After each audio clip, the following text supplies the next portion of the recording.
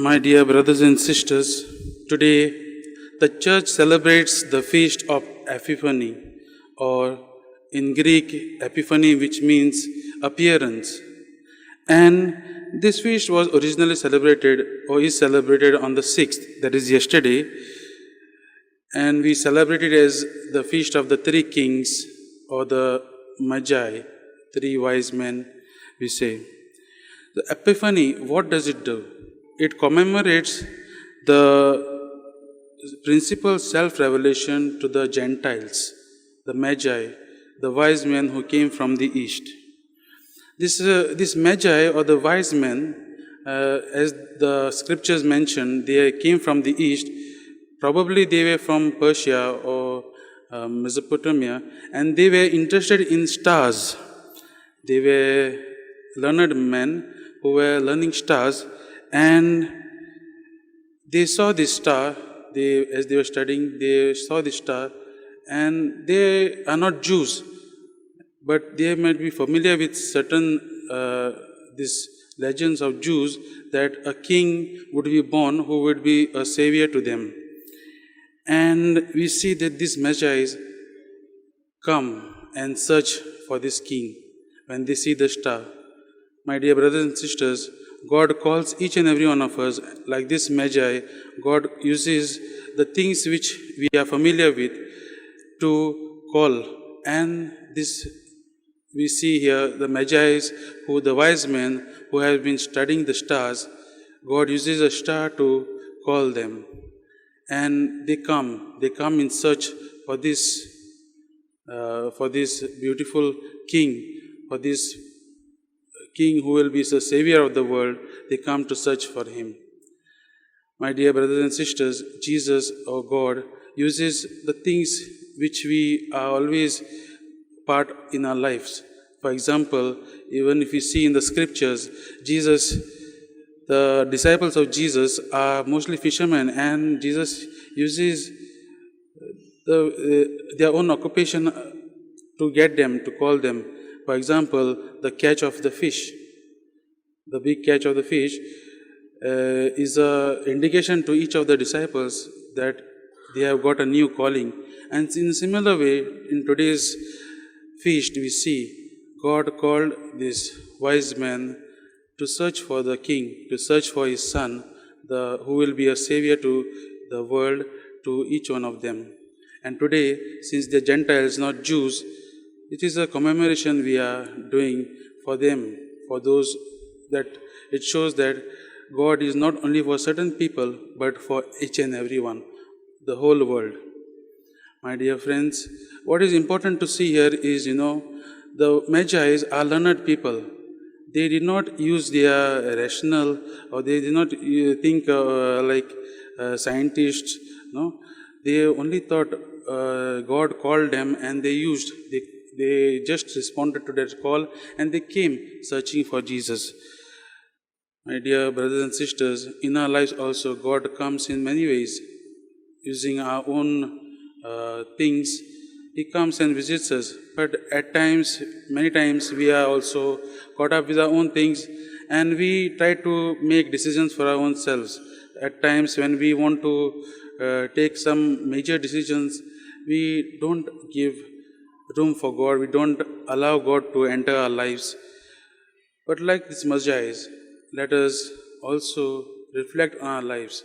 As we are celebrating this feast, let us reflect. It's a good time for us to reflect.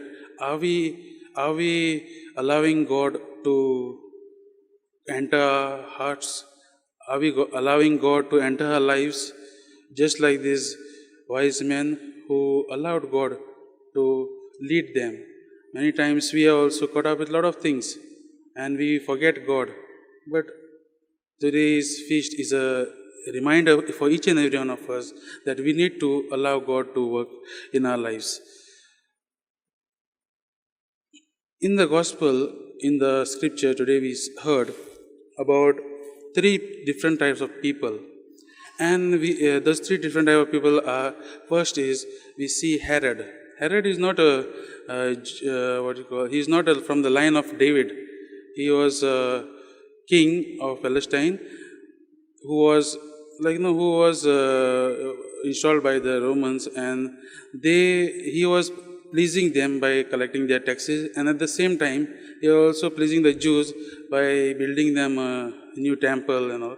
So he wanted to keep that fame, he wanted to keep that name, and he wanted to keep that throne. So we see a kind of a person who is attached to things, Herod. And when the three wise men come and ask for Jesus, he is troubled. And in the scriptures we hear, even Jerusalem, along with it, the whole Jerusalem is troubled. They are worried, and he is worried about losing his throne. It is said that in the history now, Herod, just to keep his throne, he even killed his own sons, he even killed his wife, even the one whom he thought was a rival who wants to take his throne, he even killed him. So he was called a murderous man. And we see this kind of person today in the gospel. Sometimes in our life, we also, like Herod, we are not like Herod, but we sometimes feel suspicious. We also feel very frightened to leave the things which we are so attached to. So this gospel reading today invites each and every one of us to reflect on this, to reflect on our attachments. Just like Herod, we are also attached with a lot of things. Are we ready to give them up, or are we clinging to them instead of asking God for help, instead of leaning towards God? The second type of people we see in the gospel are the scribes and the chief priests. Now, since Herod was a very dangerous man who would murder and all, so these chief priests, we see they are not taking a major role in helping out to find the king, the new king, the king who will save them. They just, because Herod has called them, they only give him the information that the king will be born in Bethlehem, and then they are not to be seen.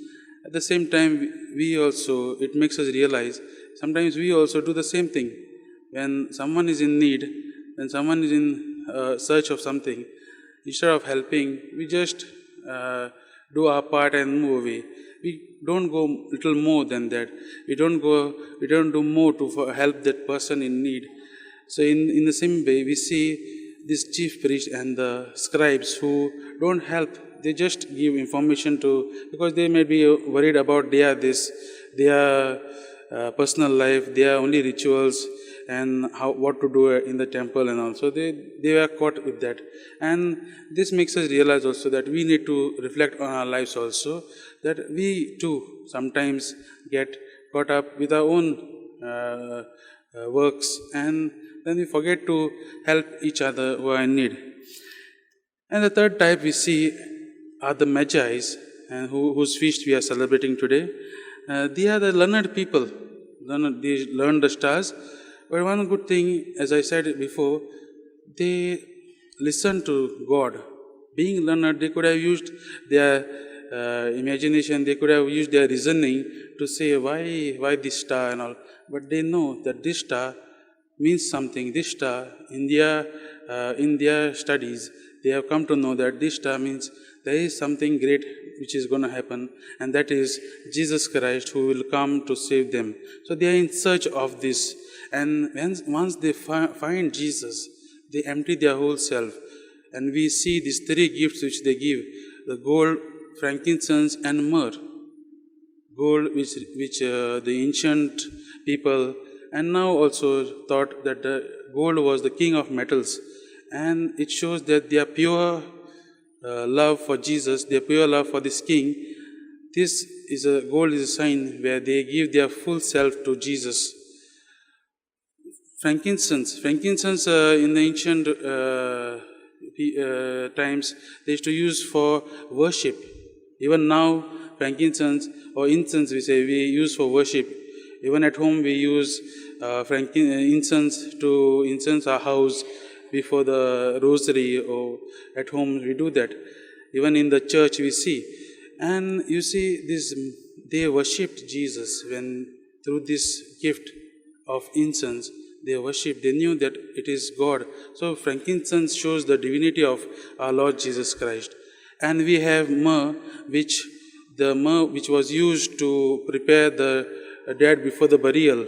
And it shows that the humanity of Jesus, the human nature of Jesus, that one day Jesus would die for their sins, and they brought this myrrh. My dear friends, with these gifts, this magi adore the king.